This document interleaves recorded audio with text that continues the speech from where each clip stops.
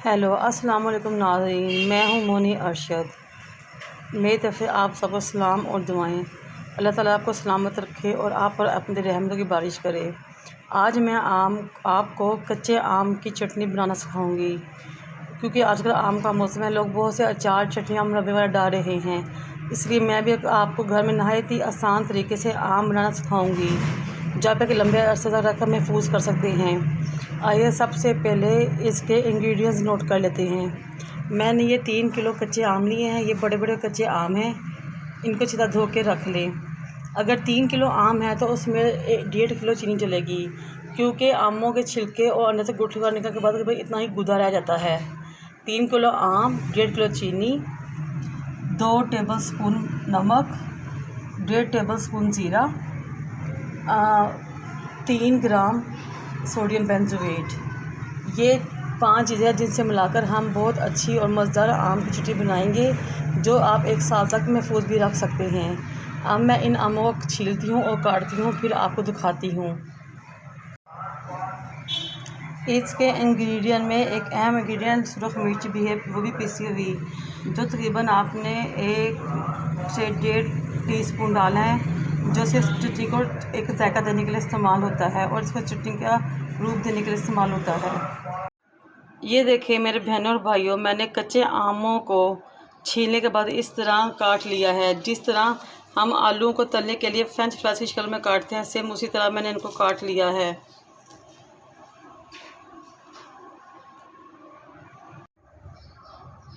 कच्चे आमों को मैंने जिस बर्तन पकाना है उसमें डाल लिया है और इन आमों में हम साथ ही चीनी डाल देंगे। चीनी डालने के बाद तकरीबन हम इसको 10 मिनट के लिए रेस्ट देंगे, ताकि आम चीनी के साथ मिलकर अपना पानी छोड़ दें। ये देखें, मैं इसमें 3 किलो आमों में 1.5 किलो चीनी डाल रही हूँ।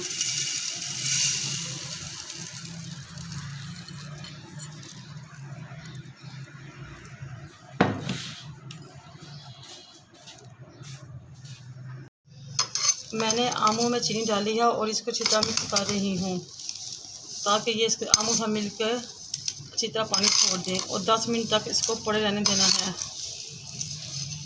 ये देखें नाज़रीन, तकरीबन 10 मिनट हो गया, हमने आमों को चीनी कर रखा हुआ है। और ये देखिए, मैं आपको दिखाती हूँ किस तरह इन्होंने पानी छोड़ दिया है। ये देखिए पानी निकल रहा है। अब हम इसमें तमाम इंग्रेडिएंट डालेंगे, उस पर चूल्हे पे चढ़ा देंगे। अब हमने आमों को चीनी थोड़े पानी के साथ चूल्हे पे चढ़ा दिया है और अब इसमें हम तमाम मसाले डालेंगे। ज़ीरा, देखिए हमने इसे ज़ीरा डाला है। अब ज़ीरे के साथ हम इसमें जो मैंने को नमक है, नमक डालेंगे। सुरख मिर्च डालेंगे और साथ ही हम इसमें सोडियम बेंजोएट डाल देंगे, जो इसको लंबे अरसे तक महफूज रख सकता है, जैसे कि बाज़ार की चीज़ें होती हैं। अब हम इसको हल्की आंच पे पकाएंगे और जब ये ज़्यादा पानी छोड़ देगा तो फिर हम इसके नीचे आंच थोड़ी तेज़ कर देंगे। मैं पकने के दौरान आपको बीच में से आहिस्ता आहिस्ता दिखाती रहूँगी। ये देखें नाज़रीन, इसने कैसे पानी छोड़ दिया है और ये पक रहा है। ये देखें नाज़रीन, आहिस्ता आहिस्ता आमों ने अपना रंग बदलना और शक्ल बदलनी शुरू कर दी है। ये देखें, अब ये काफ़ी देर सही तरीके से पक जाएंगे तो फिर ये सही शक्ल में आ जाएंगे। ये देखें नाज़रीन, तकरीबन 1 घंटा मुनासिब और हल्की आंच पकने के बाद चटनी ने अपना ये शक्ल बनाई है। अब इसको तो 10 से 15 मिनट लगेगा मज़ीद पकने में और तैयार होने में।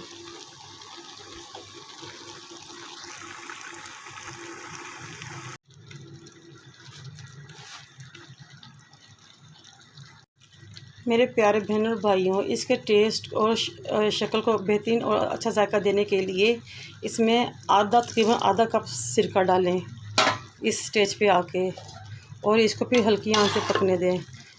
तब ये सारे आम ट्रांसपेरेंट ना हो जाएं, तब तक ये पकती रहेगी। ये देखें, हमारी चटनी अब पक कर बिल्कुल तैयार हो चुकी है और बिल्कुल ट्रांसपेरेंट हो चुकी है। अब ये बिल्कुल खाने के लिए तैयार है। ये देखें मेरे प्यारे बहनों और भाइयों, नहायत ही मज़ेदार चटखारेदार खट्टी मीठी चटनी तैयार है।